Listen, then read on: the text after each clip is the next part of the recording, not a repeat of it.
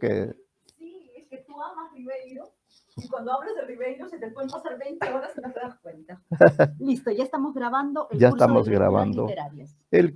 Buenas tardes. Ya le explicaré también a la señorita Pasa. Bueno, estamos en el curso de lecturas literarias hispanoamericanas, y en la clase anterior participó la señorita Apasa, que normalmente asiste. Esperemos que hoy asistan otros alumnos. Hemos estado trabajando con estos textos de la antología. Tuvimos oportunidad de leer una prosa de Rubén Darío, una prosa ambientada en París, que nos permitió descubrir el gran afrancesamiento de este distinguido escritor modernista. Bueno, entonces hoy día vamos a esperar la llegada de la señorita, y es 4, ¿no? 4 del 8 del 22.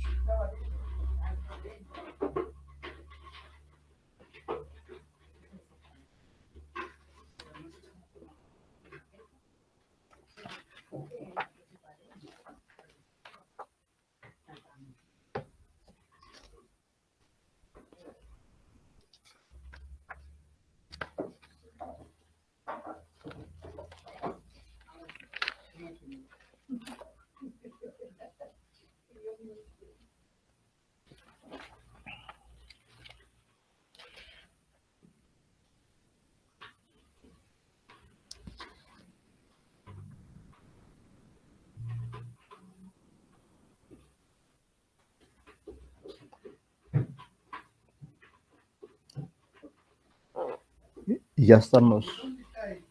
¿Cuál es el? Voy a poner esta armillita caladorcito. ¿Ya?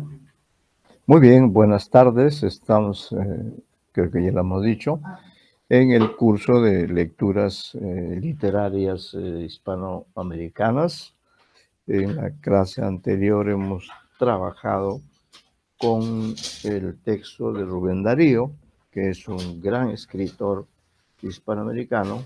Desde el siglo XIX en adelante, a él se le considera como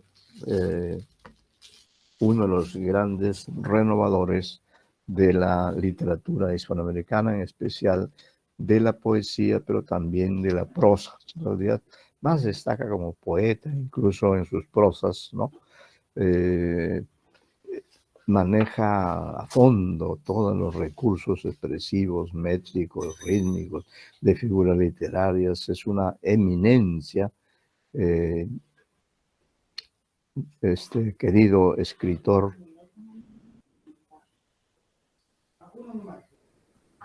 Prosas profanas.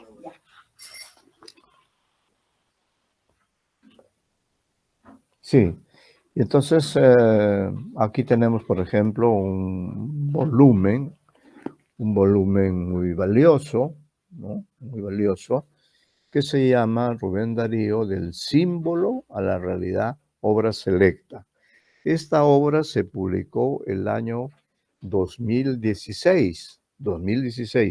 ¿Y por qué se publicó en el 2016?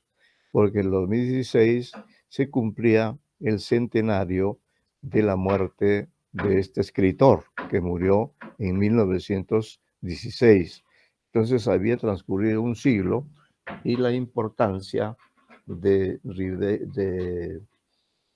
Darío no solamente se había mantenido, sino que se ha acrecentado. O sea, Darío sigue siendo un escritor vigente, y en esa oportunidad, en el marco de nuestra presencia en Madrid en aquellos meses, la RAE nos obsequió este volumen, como suele hacerlo frecuentemente, nos entregó este volumen que tiene varios estudios de José Emilio Pacheco, Per Jim Ferrer, a quien conocí, Julio Ortega, peruano, Julio Valle Castillo, prosas profanas, bueno, Rubén Darío, Jorge Eduardo Arellano, Noel Rivas, etc.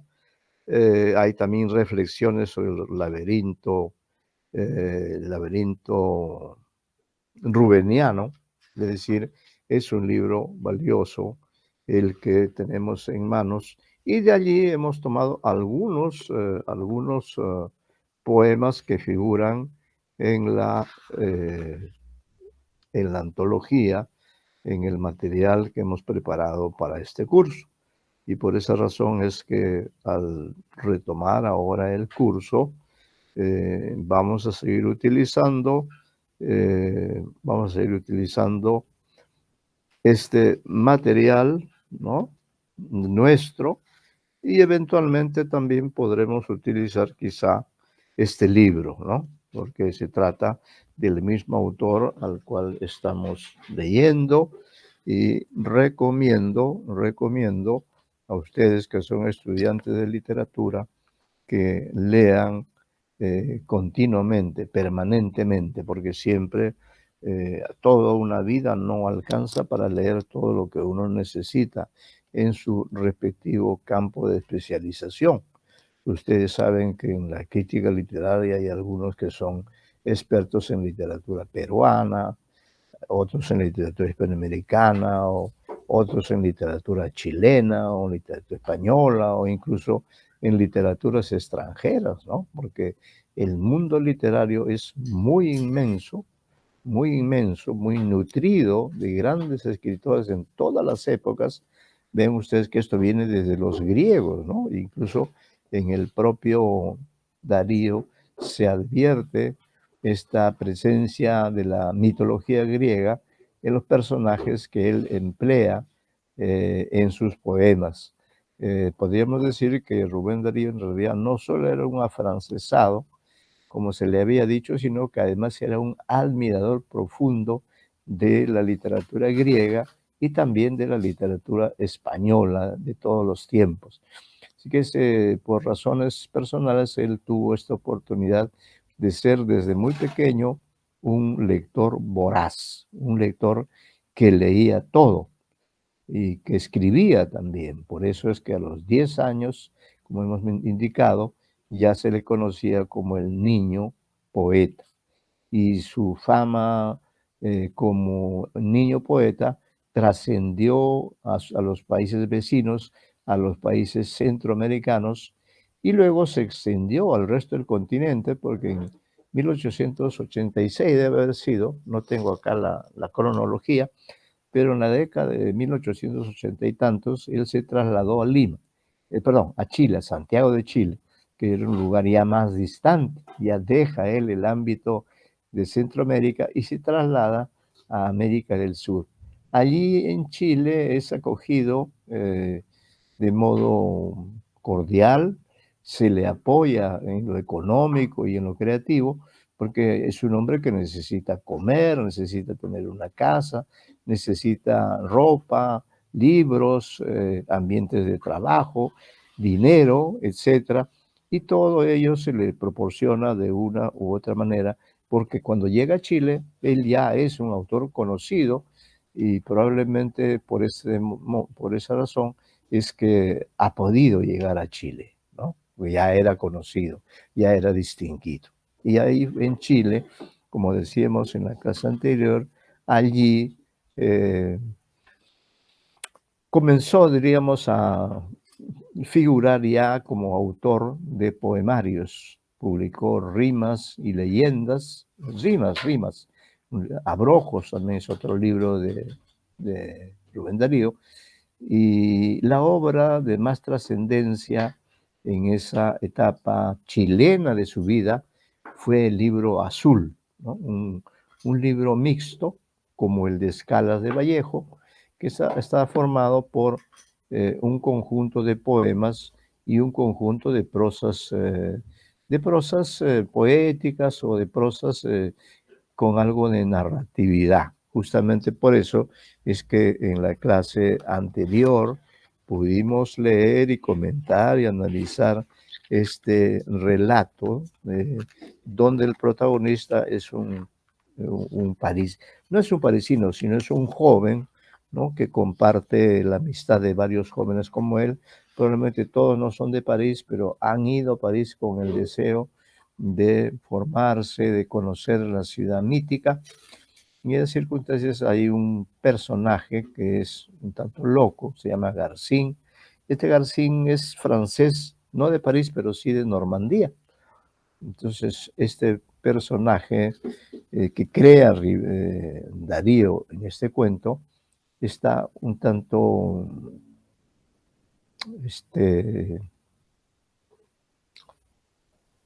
iluso en su estructura mental. Él siempre repite una frase y dice, en mi cerebro tengo un pájaro azul, ¿no? Siempre está con esa frase y claro, sus amigos escuchan una y otra vez esa frase, la comentan, pero no saben exactamente qué significado tiene esa frase, por qué la dice, simplemente porque sí o hay detrás algo más.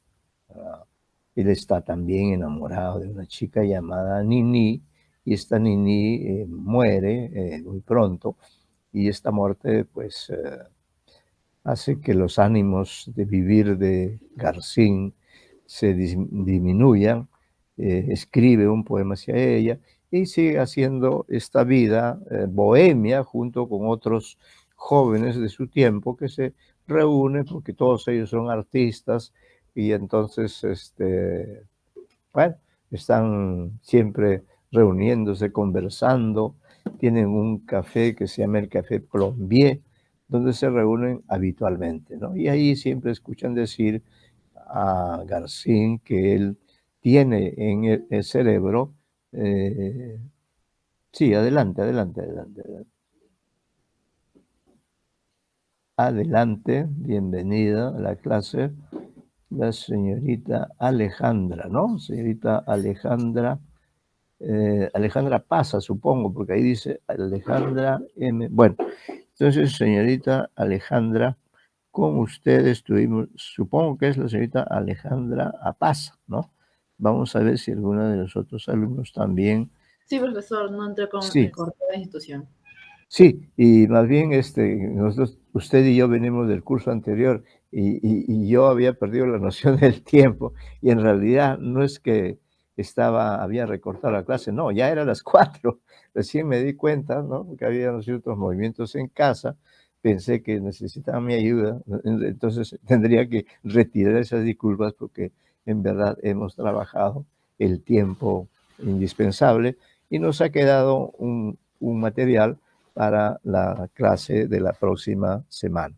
En la oportunidad anterior que hemos trabajado con usted, esta prosa de Rubén Darío nos permitió conocer esa faceta de narrador, de cuentista de Rubén Darío,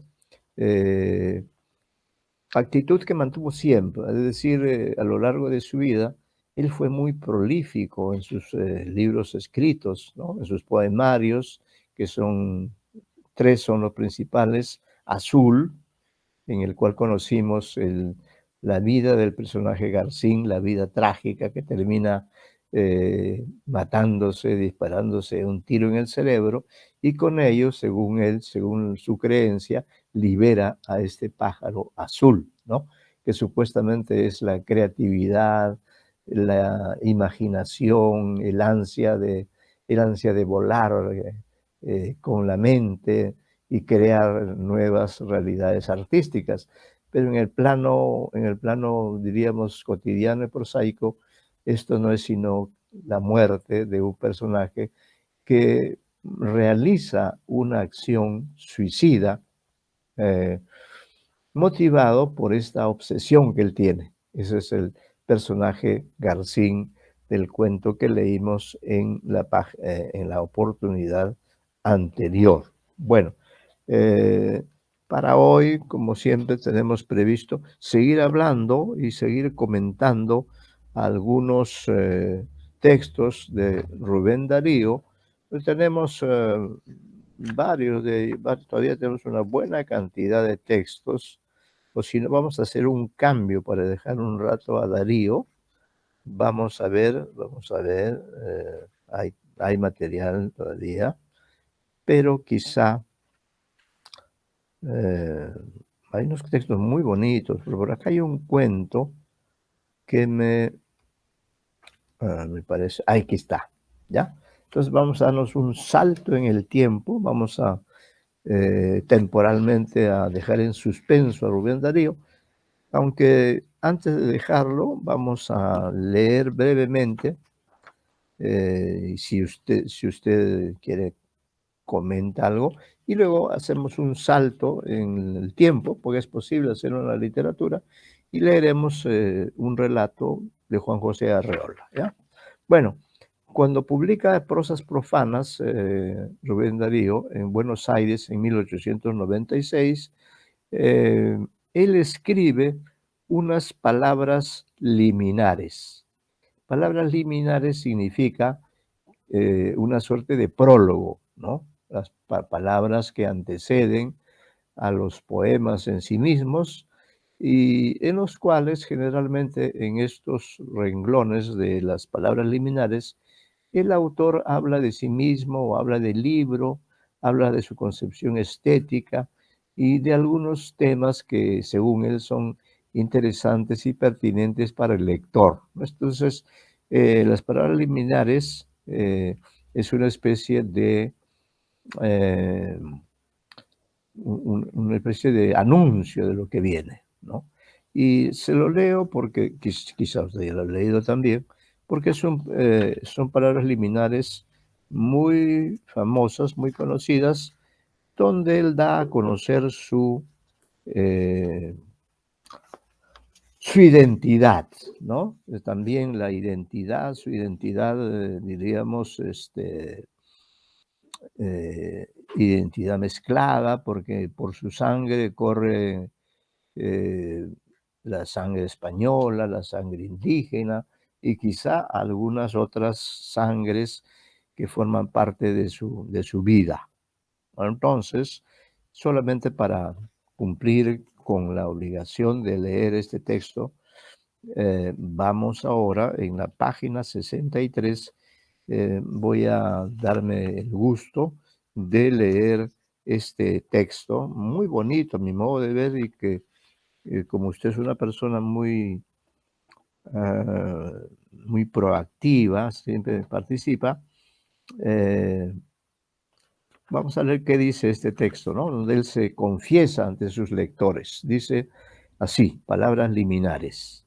Después de azul, después de los raros, voces insinuantes, buena y mala intención, entusiasmo sonoro y envidia subterránea, todo bella cosecha.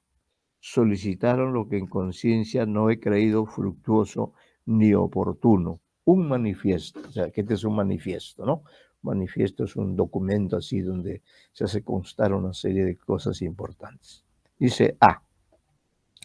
Por la absoluta falta de elevación mental de la mayoría pensante de nuestro continente, en la cual impera el universal personaje clasificado por Rémy de Gourmont con el nombre de Celui que no comprend pas, Celui que no comprend pas. Esto significa el que no comprende nada, ¿no? Está en francés, pues ya sabemos que él es muy adicto a utilizar el francés.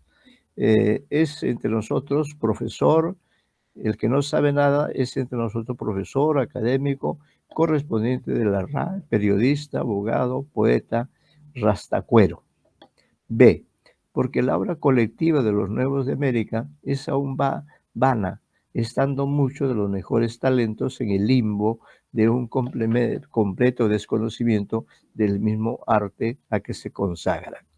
Porque proclamando como proclama una estética acrática, la imposición de un modelo o de un código implicaría una contradicción.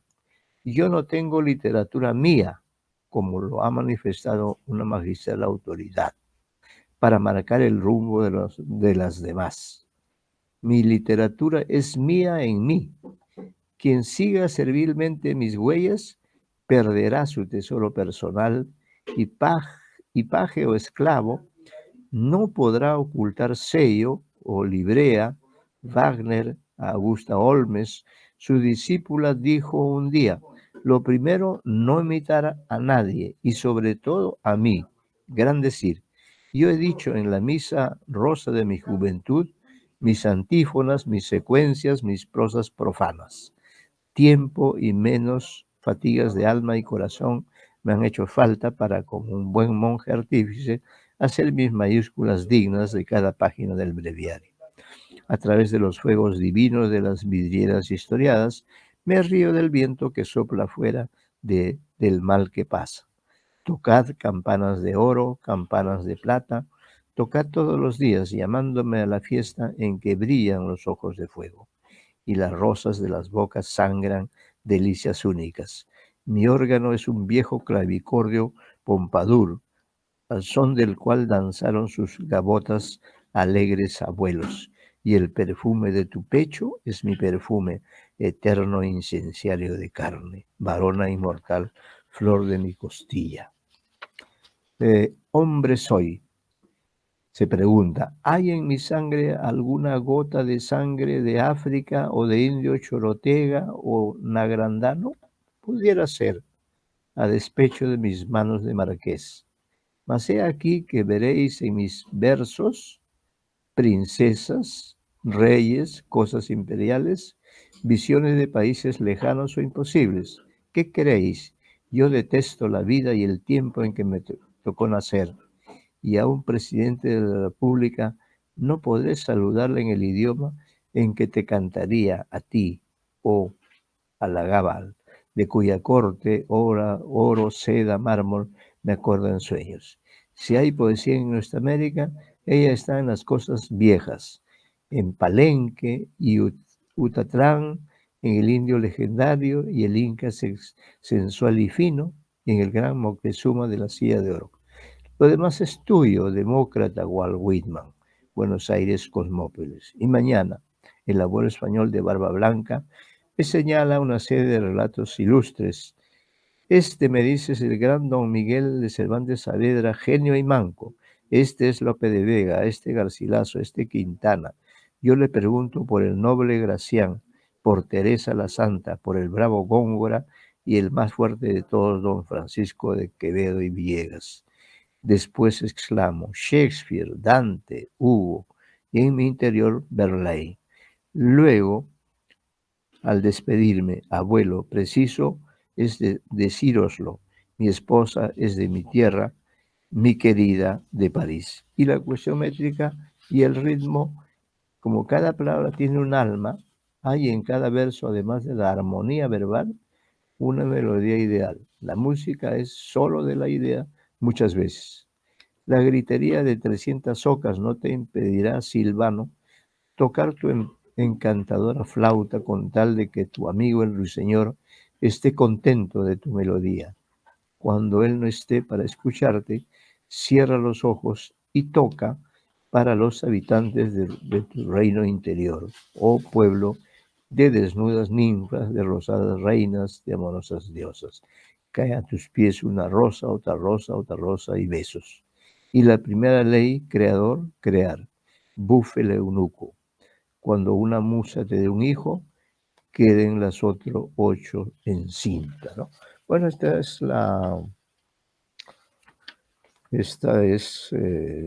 las palabras liminares, las palabras definitorias de lo que es Rubén Darío en tanto ser humano y poeta. Tenemos aquí también algunos textos de Vallejo en prosa, los vamos a pasar por alto, y para que usted pueda leer, porque queremos que lea, vamos a irnos a la página, ahora le digo, Usted tiene el material a la mano. Narrativa. Vamos a ver algunos textos.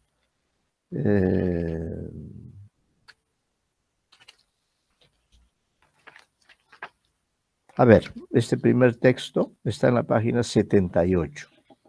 En la página 78. ¿Lo ubicó?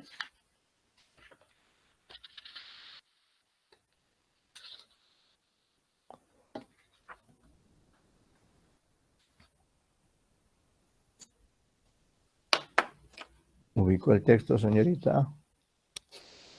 ¿Qué dice el eclipse? Exactamente, exactamente. Creo que ese texto no lo hemos leído, así que vamos a leerlo ahora con usted. Y como es un texto breve, lo lee usted tal cual, no es un texto muy extenso, y lo comentamos ambos, ¿no? ¿Qué le parece este texto de Augusto Monterroso, que es el autor del relato más breve del mundo, aquel que dice, cuando despertó, el dinosaurio todavía estaba allí, algo así, ¿no?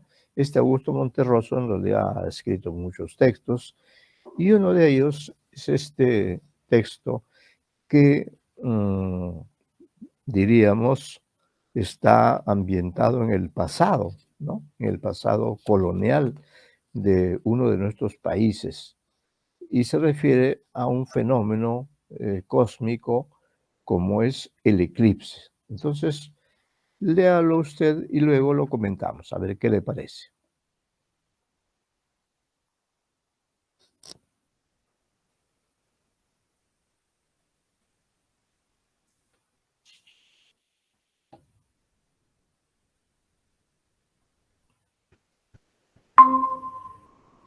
¿Profesor me escucha? Sí, sí la escucho, sí la escucho. Solamente que mi internet está un poco... está fallando. Está fallando. Sí, A ver, vamos a ver si es posible que ya. usted lea. Como es breve, ¿no? Entonces trate de leerlo y luego haremos el comentario respectivo. Augusto Monterroso, el eclipse. Cuando fue perdido, aceptó que ya nada podría salvarlo. La selva poderosa de Guatemala lo había apresado, implacable y definitiva. Ante su ignorancia topográfica, se sentó con tranquilidad a esperar la muerte. En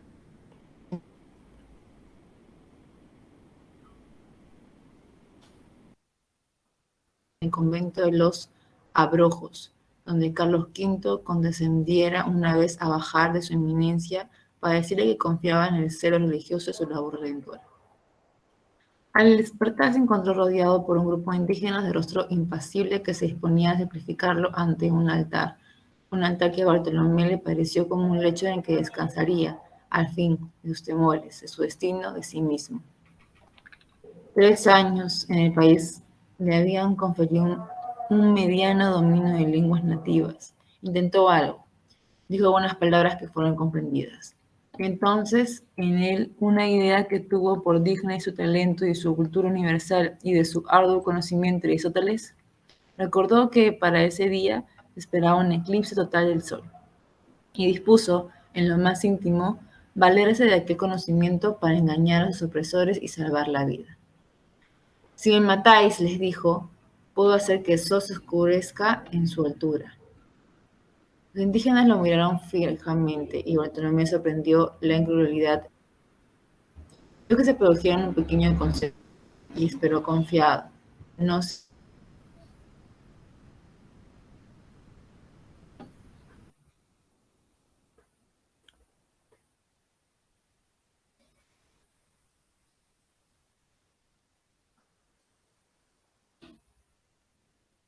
uno de los indígenas recitando sin ninguna inflexión de voz, sin prisa, una por una, las infinitas fechas en las que se producían eclipses solares y lunares, que los astrónomos de la comunidad maya habían previsto y anotado en sus códices sin la valiosa ayuda de Aristóteles. Sí, hay algunos momentos en los que no le he escuchado, porque como usted me dice, su internet está fallando, Entonces, como es un texto breve, yo lo voy a leer.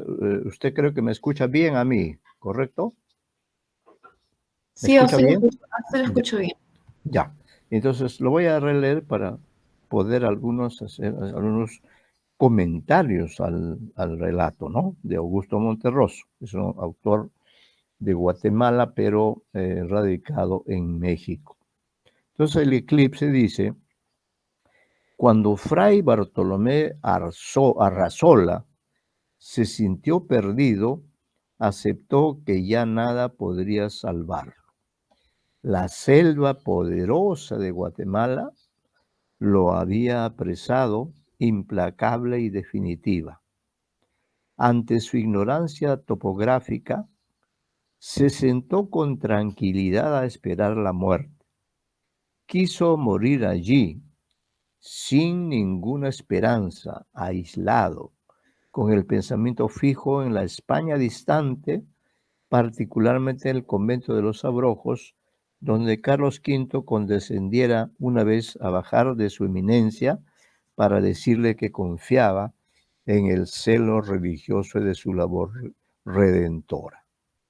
Al despertar, se encontró rodeado por un grupo de indígenas de rostro impasible que se disponían a sacrificarlo ante un altar que a Bartolomé le pareció como el lecho en que descansaría el fin de sus temores, de su destino, de sí mismo.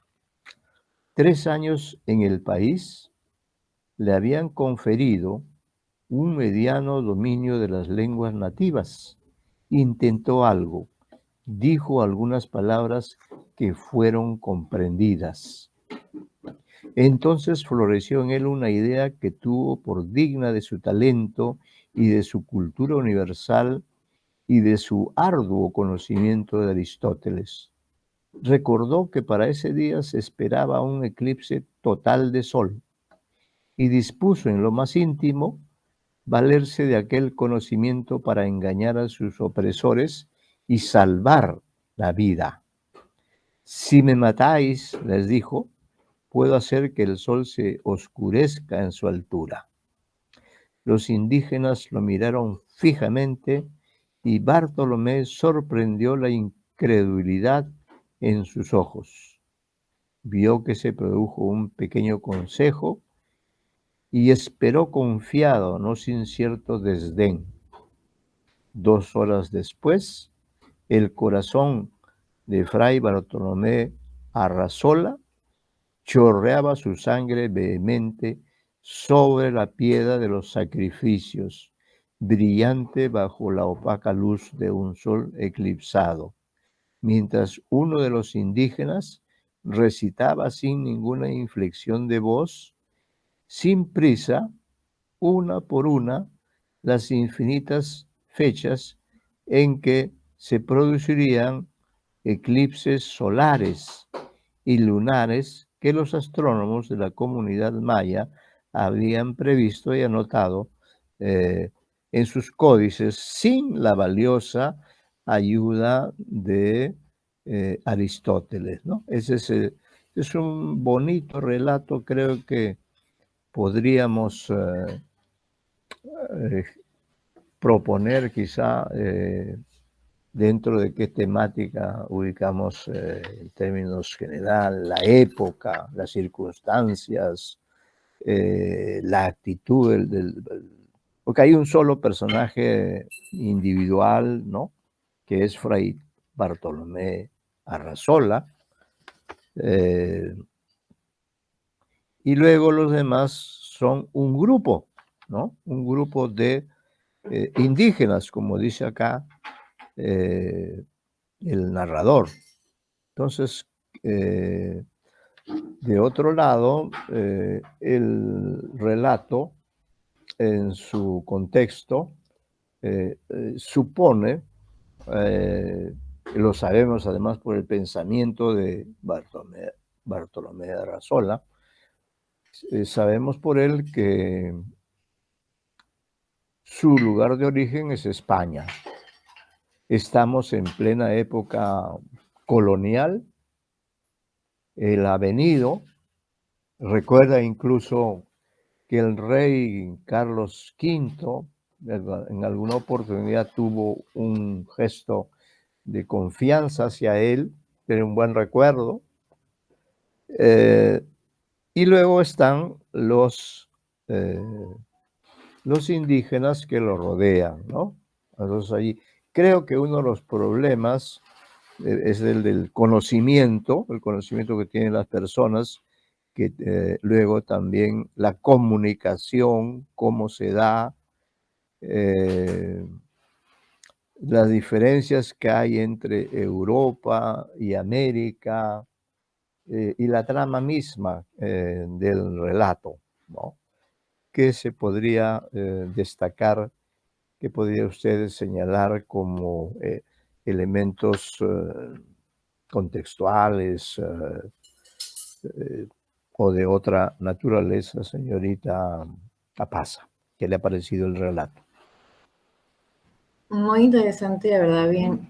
A veces inclusive podía decir chistoso hasta cierto grado, ya que pretendía que prácticamente, pero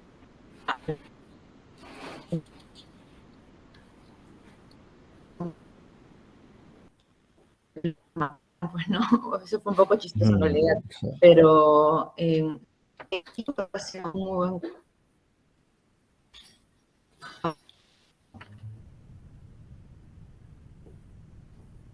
Está fallando bastante su internet, ¿no?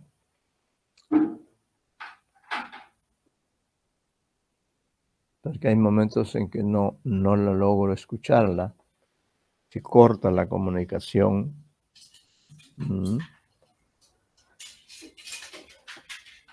En todo caso, en cuanto al narrador, nos encontramos con un narrador heterodiegético, ¿no? Un narrador heterodiegético en tercera persona. Este narrador diríamos que es, por los datos que da, ¿es europeo o es de América?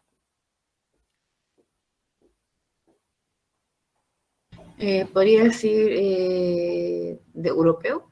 Europeo, pues, ¿no? Porque además él mismo ha recordado que tuvo un encuentro con el rey, lo cual quiere decir que él viene de Europa, ¿no? Aunque en el primer párrafo, también un elemento importante es la selva poderosa de Guatemala, ¿no? Dice, cuando Fray Bartolomé Arrizola se sintió perdido, es decir, es un personaje que está en una situación inicial de disyunción, ¿no? Disyunción, para manejar algunos términos de las.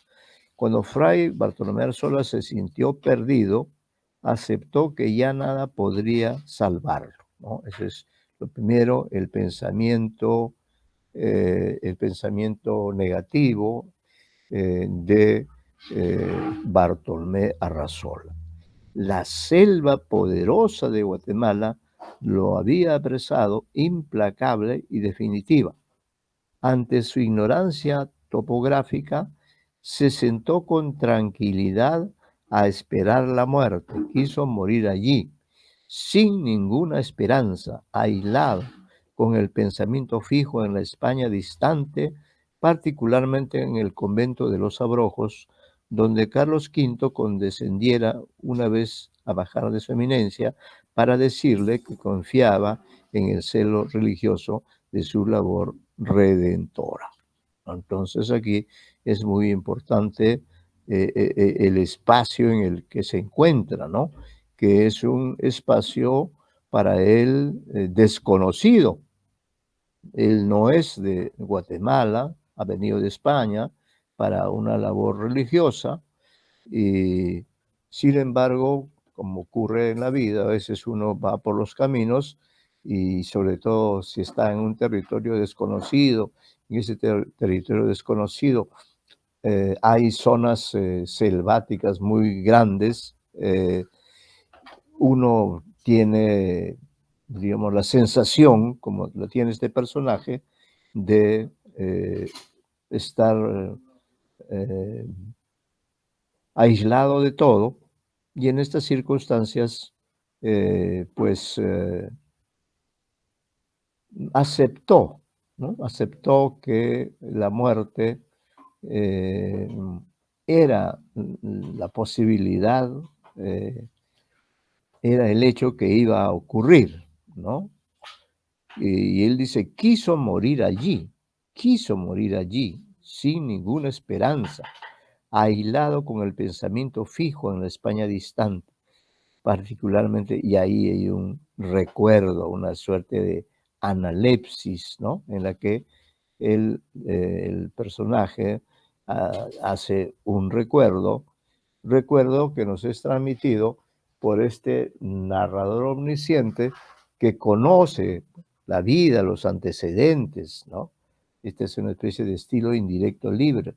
Sabemos de esta pequeña anécdota porque el narrador nos la alcanza en esos términos, ¿no?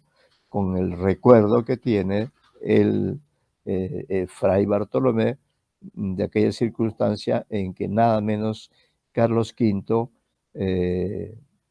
bajó de su eminencia y le dijo que confiaba en el celo religioso de su labor redentora. Entonces nos encontramos con un personaje que también pertenece al mundo de la religión, que es muy importante. Ya sabemos el rol que jugaron los sacerdotes en los siglos de la colonia, del virreinato, que dominó a nuestros países, a nuestras regiones durante 2 o 3 siglos. Se impuso una cultura de origen europeo dominante, con una nueva religión, con un nuevo modelo de vida, con un nuevo idioma, y Bartolomé significa pues la presencia de un personaje que se atrevió a venir, o quizá lo mandaron, no lo sabemos, ¿no? Se atrevió a venir a cumplir una labor religiosa, ¿no? Y entonces él está resignado, ¿no? Está resignado a morir y por eso tiene ese grato recuerdo del saludo que le dio el rey, ¿no? Luego continúa la diégesis, pasamos a otra escena o a otro momento, el tiempo transcurre, el tiempo breve, porque no sabemos cuánto tiempo estuvo allí. Dice, al despertar, al parecer se había dormido, ¿no? Al despertar se encontró rodeado por un grupo de indígenas. Ya el término indígenas tiene una gran connotación. De rostro impasible, que se disponían a sacrificarlo ante un altar que a Bartolomé le pareció como el lecho en que descansaría al fin de sus temores, de su destino, de sí mismo, ¿no?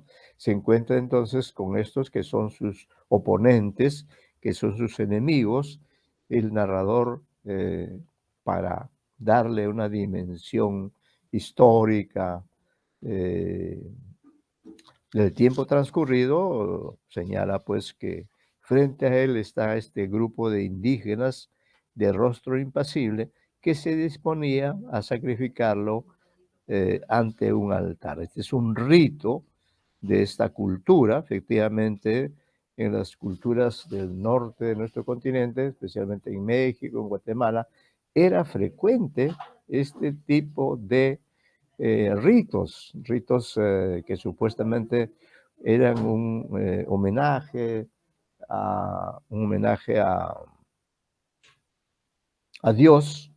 Y entonces ya él convencido de que iba a morir de todos modos, sin embargo viene un momento de suspenso, eh, un momento en que él ya sabe, por el contexto, ya sabe que lo van a sacrificar, lo van a sacrificar, ¿no? Y a él eso le parece el hecho en que descansaría a fin de sus temores, de su destino, de sí mismo. O sea que aún en esta circunstancia, él está dispuesto a morir, ¿no? Como lo estamos todos los seres humanos, nos guste o no nos guste, pero la muerte es algo que está inscrito en nuestro nacimiento y allí terminaremos, ¿no? 3 años en el país, este dato también es importante, ¿no? 3 años en el país le habían conferido un mediano dominio de las lenguas nativas.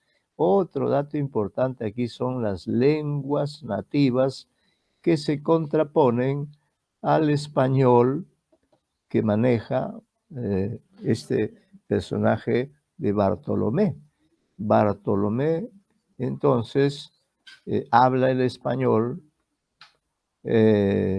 y los otros hablan en su lengua nativa, pero al parecer también conocen algo de español, ¿no? Los indígenas. Entonces hay una serie de contraposiciones que son importantes en este relato que están cargadas de sentido. Entonces, dice el narrador, floreció en él, ¿no? Esto, lo que floreció en él, dice, floreció en él una idea que tuvo por digna de su talento. Es decir, a pesar de la gravedad del momento, de la inminencia de su muerte, sin embargo, se le ocurrió una idea y la tuvo digna de su talento y de su cultura universal y de su arduo conocimiento de Aristóteles, ¿no? Es decir, que él conoce la cultura universal y conoce a fondo a Aristóteles, lo cual lo identifica pues como un personaje de la cultura europea y que ahora se encuentra en otro continente que está en otro nivel de desarrollo en el cual los ritos son diferentes a los que él ha visto realizarse en España. Y entonces, dentro de esa idea que él maquina, que él elabora, hace un recuerdo, dice, recordó que para ese día se esperaba un eclipse total de sol. Él tenía ese conocimiento, ese es el valor del conocimiento, ¿no? Entonces él valora eso, pero cree él que con ese conocimiento se salvará. Recordó que para ese día se esperaba un eclipse total de sol y dispuso en lo más íntimo valerse de aquel conocimiento. El conocimiento que es aquí muy importante para engañar a sus opresores y salvar la vida, ¿no? El conocimiento que él tiene de Aristóteles en particular, los conocimientos astronómicos propios de su cultura europea. Entonces dialoga, ¿no? Entabla la comunicación con los indígenas y les dice, si me matáis, puedo hacer que el sol se oscurezca en su altura. Miren ustedes lo que llega a decir, ¿no? Si me matáis, les dijo, puedo hacer que el sol se oscurezca en su altura. Los indígenas lo miraron fijamente y Bartolomé sorprendió la incredulidad en sus ojos. Sorprendió la incredulidad en sus ojos. Vio que se produjo un pequeño consejo y esperó confiado, no sin cierto desdén, ¿no?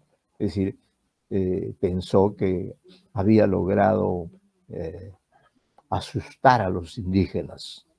Y aquí hay una elipsis, ¿no? El relato termina con esta elipsis, es decir, ya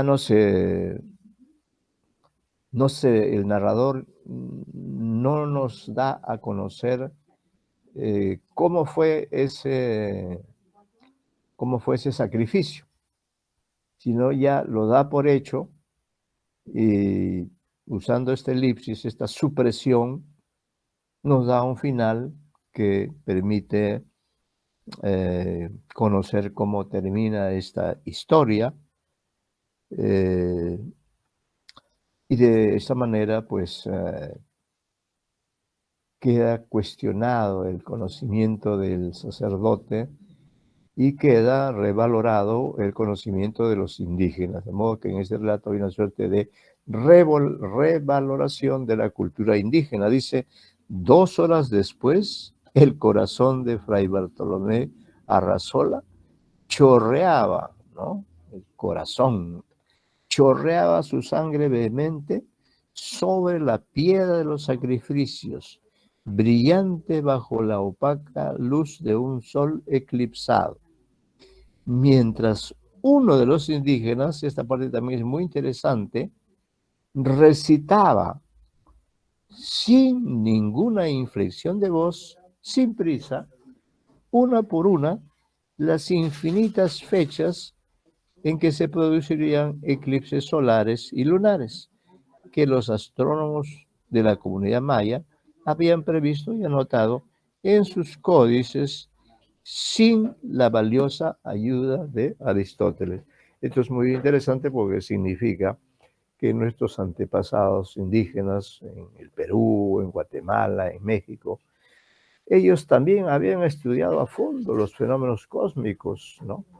Habían estudiado aspectos referentes a la rotación de la Tierra, de la Luna, de los planetas, y sabían que por estas cuestiones matemáticas y temporales, sabían que ya habían establecido un conocimiento sistematizado, ¿no?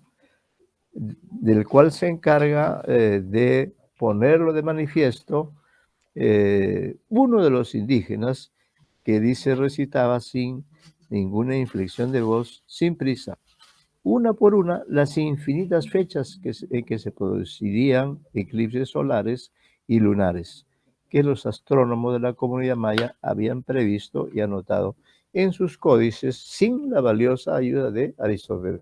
Es decir, ese conocimiento del cosmos era un conocimiento logrado por ellos mismos, que no habían tenido necesidad de esperar que llegue el conocimiento de Aristóteles a través de los colonialistas, a través de los conquistadores, sino que esta cultura había desarrollado también un conocimiento científico cósmico y que esto se prueba pues mediante la participación del indígena que recita especie de cronograma de las circunstancias en las cuales se producirían eclipses solares, lunares, etcétera, que los astrónomos de la comunidad maya habían previsto y anotado en sus códices. Ellos tenían códices, tenían una forma de escritura, ¿no? Ellos no habían alcanzado todavía el papel o la imprenta, ¿no? Pero por lo que se dice aquí, sí tenían un sistema de escritura, quizá diferente al nuestro, que les permitía atesorar, guardar un conocimiento que en esta oportunidad se demuestra, ¿no? Palmariamente mediante el alcance que nos da el narrador de cómo los astrónomos mayas habían estudiado todo esto y que no necesitaban ni conocían los conocimientos europeos, los conocimientos que había sistematizado Aristóteles.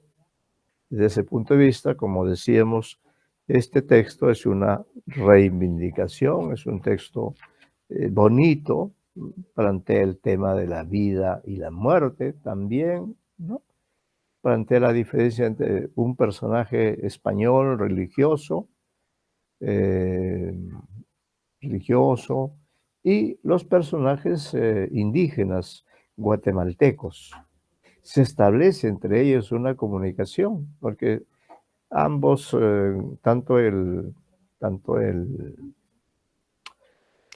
sacerdote como los indígenas, algo han aprendido de sus respectivos idiomas, ¿no? Por eso es que el fray Bartolomé se propuso de alguna manera amenazarlos, porque cuando le dice, si me matáis, puedo hacer que el sol se oscurezca en su altura, ¿no? Allí está demostrando que los amenaza, que cree él tener un mayor conocimiento de estos fenómenos cósmicos, eh, eh, lo cual también se da en la cultura maya. Y por eso es que simplemente como parte de sus costumbres ancestrales, de sus ritos religiosos, estos indígenas sacrifican sin más a Fray Bartolomé Arrazola, ¿no? Su corazón chorreaba su sangre vehemente sobre la piedra de los sacrificios. Pareciera ser que en la cultura indígena nuestra no hubo este tipo de sacrificios, ¿no? Decimos, porque quizá no sea cierto, quizá también aquí se practicaran estos rituales para complacer supuestamente a los dioses. Es posible que esa haya sido la realidad de nuestras culturas también, claro, entre sí tampoco no tuvieron comunicación. Por ejemplo, los mayas parece ser que no tuvieron mayor contacto bueno, los mayas con los aztecas sí, porque geográficamente están cercanos, pero en cambio con el Tahuantinsuyo la comunicación era más difícil, no se habían atrevido a recorrer el océano y este Tahuantinsuyo fue descubierto recién en el siglo, bueno, en el 15, ¿no? Entre el 15 y el 16, desde los viajes de Colón, de esos viajes, 2 o 3 viajes que hizo entre esas tierras nuevas que había descubierto, aunque él creía que había llegado a las Indias, ¿no? Porque participaba de esa idea de que el mundo es redondo y por tanto viajando hacia el oeste siempre se va a llegar al mismo punto. Pero esto no fue así, porque ahí existía un continente que impedía que se pueda transitar libremente por el océano, por los océanos. Allí estaba nuestro continente americano, que va de punta a punta desde el polo norte hasta el polo sur, y que se divide en varias grandes regiones, ¿no? América del Norte, América Central, América del Sur e incluso una que llamaríamos la Cuarta América, que serían los países que están ubicados precisamente muy cerca de América Central, que son, por ejemplo, Jamaica, Cuba, República Dominicana, Barbados, etcétera. Es una especie de Cuarta América, da la impresión de ser una especie de Mediterráneo, ¿no? Pues los países están cercanos entre sí. Es la región del Caribe, por eso a esta región se le suele llamar también la Cuarta Región Americana. Concepto que yo comparto, ¿no? ¿Cómo anda su internet, señorita Apasa? Sigue estando un poco débil, profesor. Hace rato salí y luego volví a entrar. Ya. Entonces, ¿qué vamos a hacer? Vamos a ir hacia el siguiente relato y haremos un trabajo similar para que usted tenga la oportunidad de conocer. ¿Ya conoció el eclipse? ¿Lo había leído? No, profesor. Ah, bueno, entonces me alegra mucho porque ya, ahora sí ya lo leyó y ya lo va a buscar y quizá sea una referencia que en algún momento le sea útil, por ejemplo, cuando estudiamos el choque de las culturas, ¿no? Este relato que yo le voy a leer, porque está fallando su internet, también es muy simpático, ¿no? Es muy simpático. En este caso, el autor es Juan José Arreola. Usted lo tiene en la página 80, ¿no? Juan Arreola es otro gran escritor.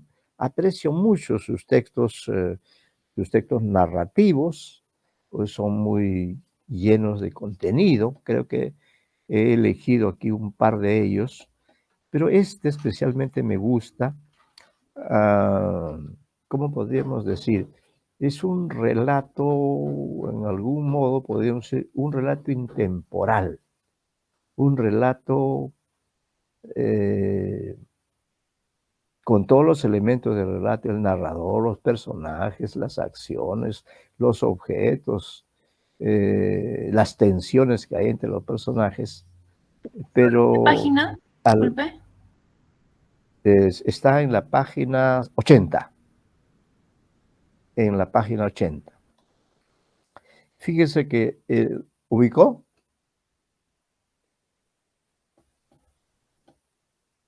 Sí, profesor. está en la página 8. Ya. Entonces, lo interesante de este relato es hasta el nombre, ¿no? Hasta el nombre es interesante, es significativo, simbólico.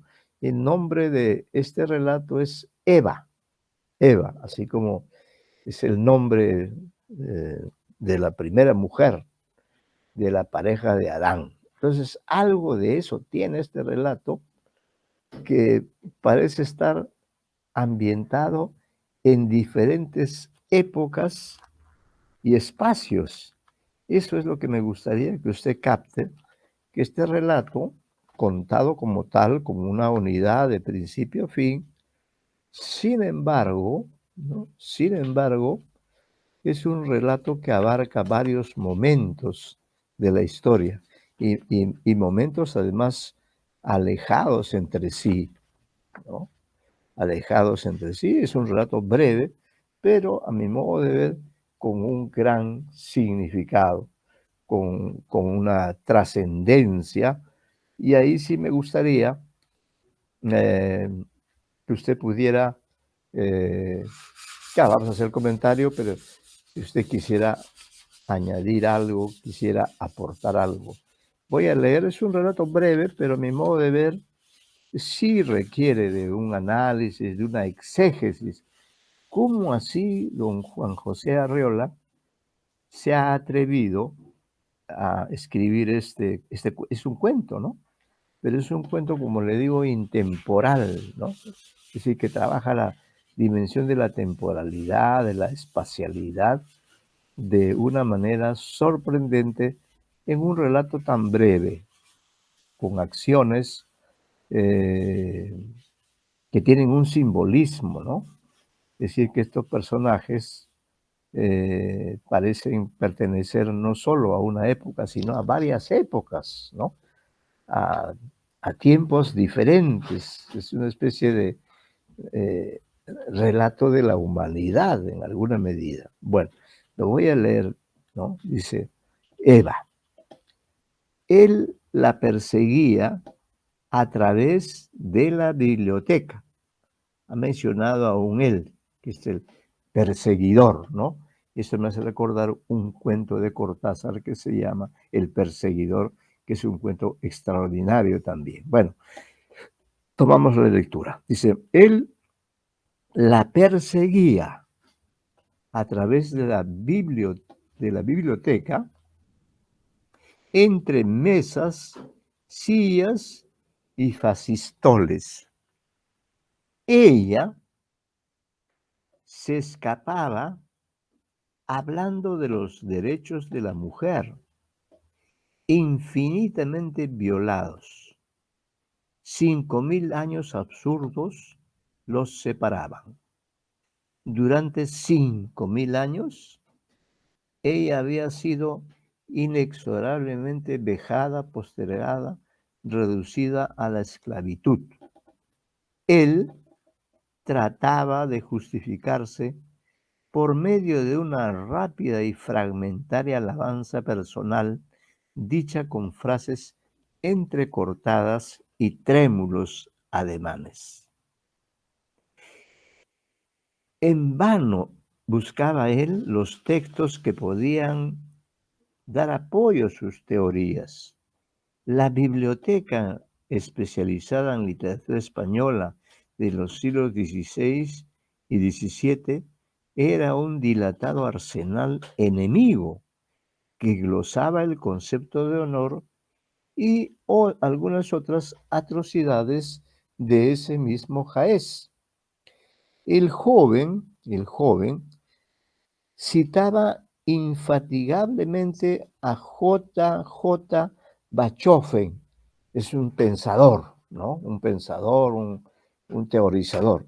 El joven citaba infatigablemente a J. Bachofen, el sabio que todas las mujeres debían leer, porque les ha devuelto la grandeza de su papel en la historia. Si sus libros estuvieran a mano, él habría puesto a la muchacha ante el cuadro de aquella civilización oscura, regida por la mujer, cuando la tierra tenía en todas partes una recóndita humedad de entraña y el hombre trataba de alzarse de ella en palafitos. Aquí hay una nota 28 que dice palafito, construcción que se alza en la orilla del mar, dentro de un lago o en terrenos anegables, sobre estacas o pies derechos, ¿no? Es el palafito, una construcción muy antigua.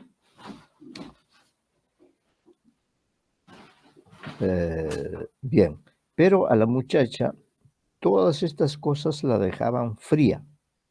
Aquel periodo matriarcal, por desgracia, no histórico y apenas comprobable, parecía aumentar su resentimiento. Se escapaba siempre de anaquel en anaquel. Subía a veces a las escalerillas y abrumaba al joven bajo una lluvia de denuestos. Afortunadamente, en la derrota, algo acudió en auxilio del joven. Se acordó de pronto de Heinz Volpe. Esos nombres deberíamos buscarlos en algún lugar para que tengan todo el sentido que tiene aquí, ¿no? Dice, se acordó de pronto, así como en el relato del eclipse, de pronto el que va a ser sacrificado se acuerda de Aristóteles, de sus conocimientos occidentales. Aquí también este personaje que está persiguiendo a Eva, ¿no? Dice, afortunada, está persiguiéndola sin poder alcanzarla, dice el narrador acerca de él. Afortunadamente, en la derrota, algo acudió en auxilio del joven. Nunca le pone nombre, siempre dice el joven. En cambio, bueno, a ella creo que sí le dice Eva, ¿no? Se acordó de pronto de Heinz Volpe. Su voz adquirió, citando a este autor, un nuevo y poderoso acento. Entonces él cita a este Heinz Volpe. ¿Qué dice Heinz Volpe y cómo puede este texto ayudar a mejorar esta relación de conflicto, esta relación de perseguidor-perseguida, ¿no? ¿En qué forma este texto sí es válido y no, en cambio, el conocimiento sobre Aristóteles del sacerdote que no le impidió que sea matado, ¿no? Entonces, Volpe dice, lo cita, él, el joven, lo cita, y dice, su voz adquirió, citando a este autor, un nuevo y poderoso acento. Entonces, acá cita, se abre comillas, dice, en el principio solo había un sexo. Eso dice. evidentemente femenino, que se reproducía automáticamente.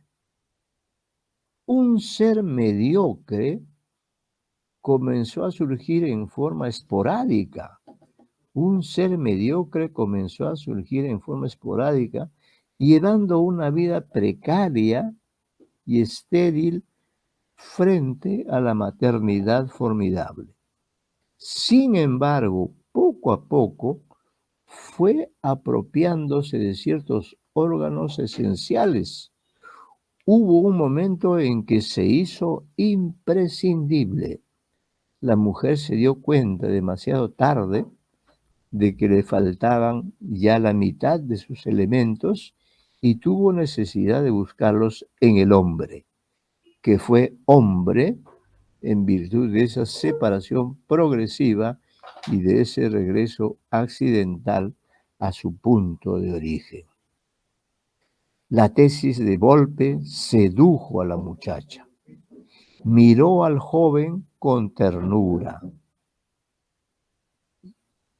Entre comillas, dice, el hombre es un hijo que se ha portado mal con su madre a través de toda la historia, dijo casi con lágrimas en los ojos. Eso es lo que dice ella, Eva, la que perseguía. Lo perdonó a él, perdonando a todos los hombres.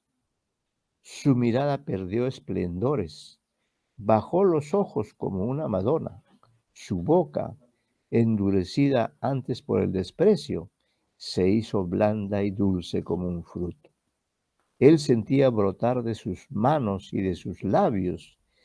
Él sentía brotar de sus manos y de sus labios caricias mitológicas. Se acercó a Eva temblando y Eva no huyó. Y allí, en la biblioteca, en aquel escenario complicado y negativo, al pie de los volúmenes de conceptuosa literatura, se inició el episodio milenario a semejanza de los palafitos. ¿Ha podido oír el relato? Un poco entrecortado, profesor, en realidad. Entrecortado también, ¿no? Caray, parece que la falla se ha extendido también al mío, quizá también esté fallando, ¿no? Pero es como usted habrá podido percibir, es un relato muy interesante, ¿no? Requiere de una exégesis porque en el fondo este relato con solo dos personajes se refiere al origen de los seres humanos. Esa teoría que se cita de Volpe indica que la primera en aparecer en el mundo fue la mujer, ¿no? Ese párrafo es clave, dice, en el principio solo había un sexo, evidentemente femenino, que se reproducía automáticamente. Un ser mediocre, miren ustedes esta calificación que se le da al hombre, un ser mediocre comenzó a surgir en forma esporádica, llevando una vida precaria y estéril frente a la maternidad formidable. Sin embargo, poco a poco fue apropiándose de ciertos órganos esenciales. Hubo un momento en que se hizo imprescindible, ¿no? La mujer se dio cuenta demasiado tarde de que le faltaban ya la mitad de sus elementos y tuvo necesidad de buscarlos en el hombre, que fue hombre en virtud de esa separación progresiva y de ese regreso accidental a su punto de origen, ¿no? Y luego dice la tesis de Volpe, sedujo a la muchacha, miró al joven con ternura, comillas, el hombre es un hijo que se ha portado mal con su madre a través de toda la historia, dijo casi con lágrimas en los ojos. Lo perdonó a él, perdonando a todos los hombres. Su mirada perdió esplendores, bajó los ojos como una Madonna, su boca endurecida antes por el desprecio, se hizo blanda y dulce como un fruto. Él sentía brotar de sus manos y de sus labios caricias mitológicas. Se acercó a Eva temblando y Eva no huyó. Y allí, en la biblioteca, en aquel escenario complicado y negativo, al pie de los volúmenes de conceptuosa literatura, se inició el episodio milenario a semejanza de los palafitos, ¿no? Entonces vemos pues que este relato tiene unas características singulares y que se repiten sin duda en otros relatos, ¿no? Este juego con el tiempo, con el espacio, esta persecución, porque esta persecución del hombre hacia Eva, que nos lleva a Eva al comienzo asume una actitud de rechazo al ser humano, ¿no? Al hombre, al hombre.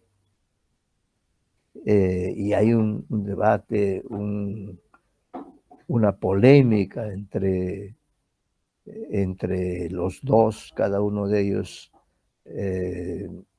tiene un discurso favorable a su propio sexo. Ese es el discurso de él, que sin duda trata de favorecer o trata de reivindicar el valor del hombre.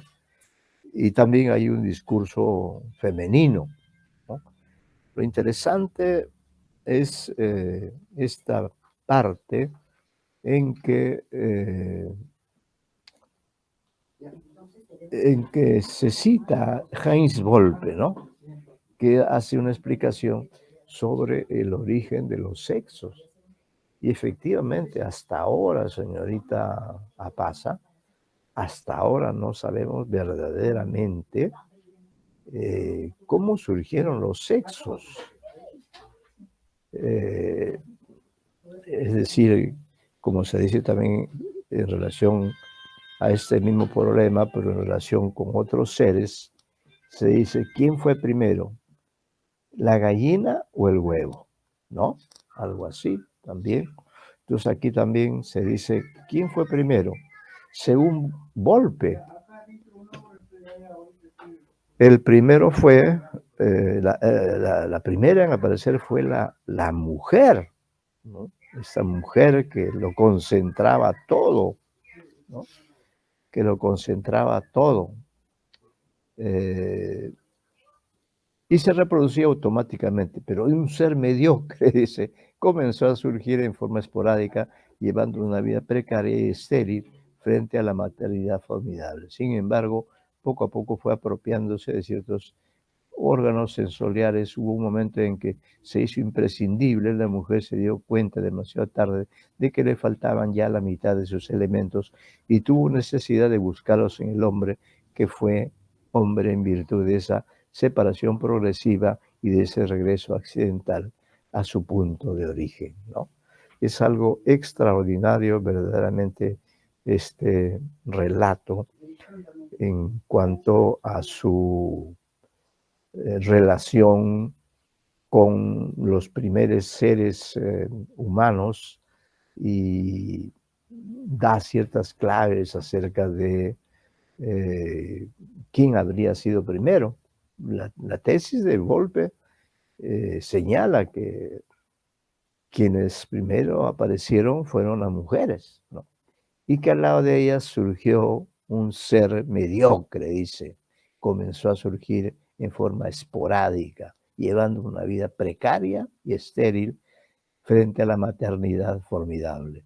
Pero este argumento, ¿no? Este argumento seduce a la muchacha, dice, miró al joven con ternura, aunque a mí particularmente no me parece que ella se convenza, ¿no? Justamente, al contrario, debería molestarse, debería reafirmar su deseo de distanciarse del hombre, porque fue el hombre el que le robó, el que se apropió de algunos órganos esenciales de la mujer. Y en cierto momento la mujer se dio cuenta que había algunos órganos que ya no los tenía y que estaban en posesión del hombre. Entonces, como usted ve, es un bonito relato muy simbólico, muy metafórico, ¿no? Transhistórico. Y con esta lectura, que ha supuesto dejar de lado otras, pero creo que han sido útiles las lecturas, con estas dos lecturas concluimos, ahora sí un poco antes, no como en el curso anterior que trabajamos hasta las 4, yo me pasé. Ahora vamos a dejar estos minutos, vamos a terminar ya mismo y esperamos vernos la próxima semana. No se olviden también de enviar sus exámenes del curso Lecturas Literarias Hispanoamericanas, que en realidad ha tenido como estudiante central a usted, señorita Apaza, tanto aquí en este curso como en el curso de el taller de crítica literaria. Muchas gracias, muy buenas tardes y que su internet y el mío se mejoren para que la próxima vez nos podamos escuchar mejor. Muy buenas tardes. Gracias, profesor. Hasta luego. Hasta luego.